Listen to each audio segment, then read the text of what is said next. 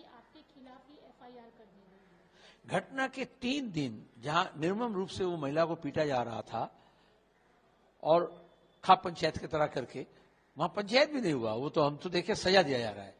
तो वही अपराधी है, वही मुंसिफ है, वही कोतवाल है, वही पुलिस है। ऐसे लोग, ये जो बंगला में बोलते हैं जोरजार मुलुकतार, ऐसे लोगों को, मातेवर लोगों को बनाया जाता है जो वोट लूट कर सकते हैं। पंचायत के चुनाव में मंसूर आलम को जो कत्ल किया गया, नॉमिनेशन जमा देने नहीं दिया गया सीपीआईएम को और कांग्रेस को, उसमें ये अपराधी थे। 2 नंबर अपराधी का नाम उनका इसमें है। इससे पहले 4-5 मर्डर के में है नाम। उसके बाद भी जब खुलेआम वो इस तरह से कर रहे हैं तो कोई मीडिया रिपोर्ट नहीं 3 दिन।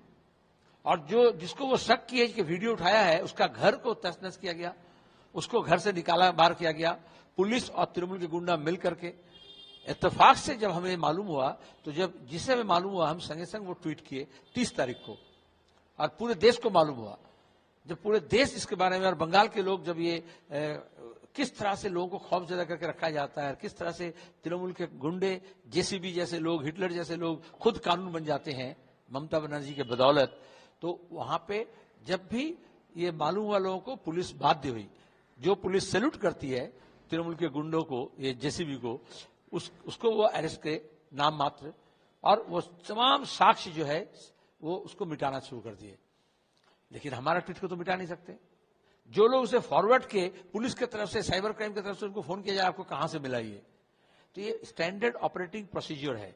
कोई भी घटना जब होती है, चाहे वो बलात्कार हो, चाहे वो लूट हो, चाहे वो घूसखोरी हो, चाहे वो गोलीकांड हो, चाहे वो बम विस्फोट हो, तो वो तृणमूल कांग्रेस के गुंडे और पुलिस उसको दबाना चाहती है और मीडिया को मैनेज करते हैं कि ताकि खबर नहीं आए। बंगाल की मीडिया के ज्यादातर लोगों को वो हाथ किए हैं, और इसलिए से बंगाल के गांव में क्या हो रहा है ये शहर के लोगों को भी मालूम नहीं है।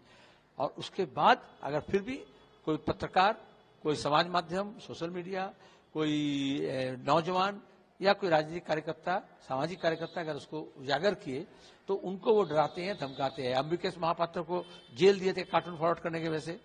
पुलिस भी और तृणमूल के गुंडा भी उनके ऊपर हमला किए थे। आज हमारे ऊपर भी इसलिए एफआईआर लगाया गया है। ऐसे एफआईआर से हम डरते नहीं है। ऐसे बंगाल के करीब करीब हर एक कई जिले में इस तरह के कोर्ट से ऑर्डर भी निकाला गया है, या फर्जी भी किया गया है। हम तो हर मामले में हम तो कहते हम तो जमानत लेंगे नहीं, और उसके बाद फिर वो केस करे, लोगों को मालूम हो। जिन लोगों को वो फेसबुक, ट्विटर को भी बोला गया ये वीडियो हटा दो, फेसबुक वाले हटा दिए, लेकिन ट्विटर वाले अभी तक हटाए नहीं है। तो पुलिस का काम है दोषी को सजा देना और निर्यातित को पनाह देना।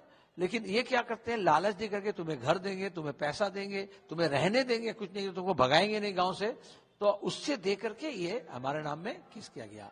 ये स्टैंडिंग ऑपरेटिंग प्रोसीजर यूपी में भी है, गुजरात में भी है। आप देखो जहरा शेख का मामला आपको याद होगा, बेसबेकरी का, गुजरात कांड के बाद तीस्ता सलवात के जो सामाजिक संगठन है, वो लोग जब ये मामला लेकर के लड़ रहे थे, तो उसी जहरा शेख को लालच दे करके हो, डर दे करके हो, कुछ देख कर थमा करके हो, तीस्ता के खिलाफ एफआईआर करवाया गया, और उसके बाद उनको बदनाम करने की कोशिश किया गया, जो मामला सुप्रीम कोर्ट तक चला। तो ये ममता की पुलिस भी तो, तृणमूल कांग्रेस भी तो वही बीजेपी का ही, आरएसएस का ही रंग और ढंग से ही काम कर रहे हैं। और उसी तरह से वो जो निर्यातित है उनको लालच दे करके हो या डरा करके हो, जो जिसके आवाज को दबाया जा रहा है, हम अगर अपनी आवाज को उसको देते हैं तो वो हमारे आवाज के खिलाफ उस आवाज को खड़ा करने की कोशिश करते हैं। ये हमारा, उसके लिए तो हमारा कोई दोष नहीं है, लेकिन बंगाल की पुलिस और यहाँ के शासन किस तरह से चल रहा है, इस बारे में ये एक उदाहरण है। किस तरह से बंगाल की स्थिति क्या है वो देश के लोगों को मालूम हो, जाने लोग, बंगाल के लोग जाने।